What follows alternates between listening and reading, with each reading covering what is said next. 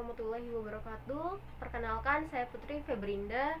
Pada hari ini saya akan menjelaskan tentang room atau biasanya yang disebut range of motion. Itu adalah suatu gerakan otot pada seseorang yang harus dilatih karena sesuatu untuk meningkatkan kekuatan seseorang. Latihan room sendiri yaitu latihan gerak sendi yang memungkinkan terjadinya kontraksi dan juga pergerakan otot di mana klien menggerakkan masing-masing persendiannya sesuai dengan gerakan normal, baik secara aktif maupun pasif. Contohnya pada pasien pasca stroke, pada pasien pasca operasi dari patah tulang dan lain-lain, yang bertujuan untuk mengembalikan kekuatan otot. Jadi ada kontraindikasi dan indikasinya. Kontraindikasinya yaitu pada anggota gerak yang tidak bisa, misalnya harus butuh fiksasi, jadi tidak bisa dilakukannya room. Room itu dilakukan pada semua area, baik dari kepala maupun sampai kaki. Room itu ada dua jenis, yaitu room aktif dan juga room pasif. Room aktif itu ketika room dilakukan oleh diri sendiri, tidak dibantu oleh siapapun. Dan room pasif itu ketika room dilakukan pada orang lain, contohnya pada pasien yang tidak mampu menggerakkan anggota tubuhnya, jadi dapat kita bantu. Contoh room pasif yaitu sebelumnya kita harus melakukan pengkajian terlebih dahulu. Kita kaji dan kita lihat catatan perkembangan, apakah perlu dilakukan room atau tidak, kemudian ada kontraindikasi atau tidak. Kemudian kita kaji juga kemampuan diri pasien untuk melakukan room. Maaf Ibu, coba tolong angkat tangannya. Tidak bisa ya Ibu. Kalau begitu saya bantu ya Ibu. Contoh room pasif yang akan saya lakukan yaitu fleksi dan ekstensi. Maaf Ibu, saya lakukan ya Ibu. Jadi yang saya lakukan yaitu fleksi seperti ini, fleksi, dan ini ekstensi. Jadi jika dibantu seperti saya lakukan tadi, yaitu namanya itu room pasif. Jika bisa dilakukan sendiri, itu namanya room aktif.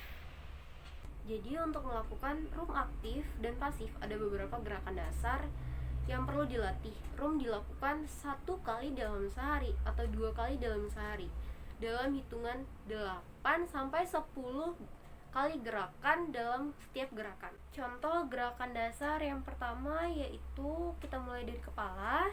Di kepala ini seperti menundukkan kepala, menghadap ke dada atau menghadap ke bawah. Ini namanya fleksi. Atau kita menghadapkan ke atas. Ini namanya ekstensi. Yang kedua yaitu kepada siku. Seperti ini namanya gerakannya fleksi dan ini ekstensi. Dan yang ketiga yaitu di sini pergelangan tangan. Kita seperti ini namanya fleksi, dan kita balikan lagi namanya ekstensi. Dan ada juga gerakan pada bahu. Itu biasanya digunakan di bahu ini ada 2, yaitu elevasi dan depresi. Elevasi itu mendorong ke atas dan depresi itu mendorong ke bawah.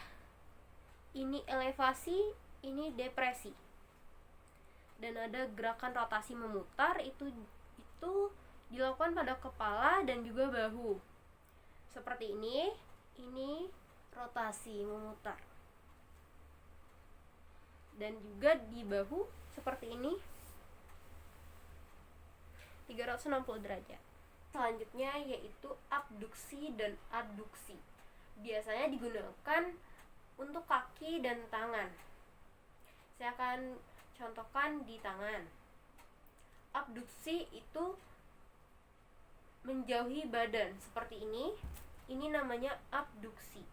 Dan adduksi itu ke arah mendekati badan seperti ini. Jadi ini abduksi dan ini adduksi. Selanjutnya yaitu gerakan supinasi, pronasi, dan neutral atau normal. Supinasi itu telapak tangan menghadap ke atas seperti ini supinasi. Pronasi itu seperti ini, telapak tangan menghadap ke bawah. Dan neutral atau normal itu seperti ini. Dan gerakan terakhir yaitu hyperekstensi. Hyperekstensi itu bisa dilakukan di kepala dan juga di tangan. Hyperekstensi itu seperti ini. Ini kan fleksi, menghadap ke bawah fleksi, menghadap ke atas itu ekstensi, dan sedikit menghadap ke belakang itu namanya hyperekstensi.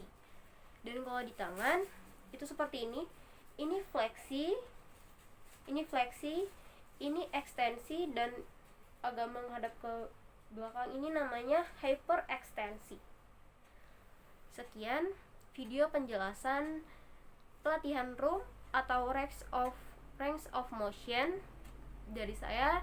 Apabila ada kesalahan saya mohon maaf. Saya akhiri. Wassalamualaikum warahmatullahi wabarakatuh.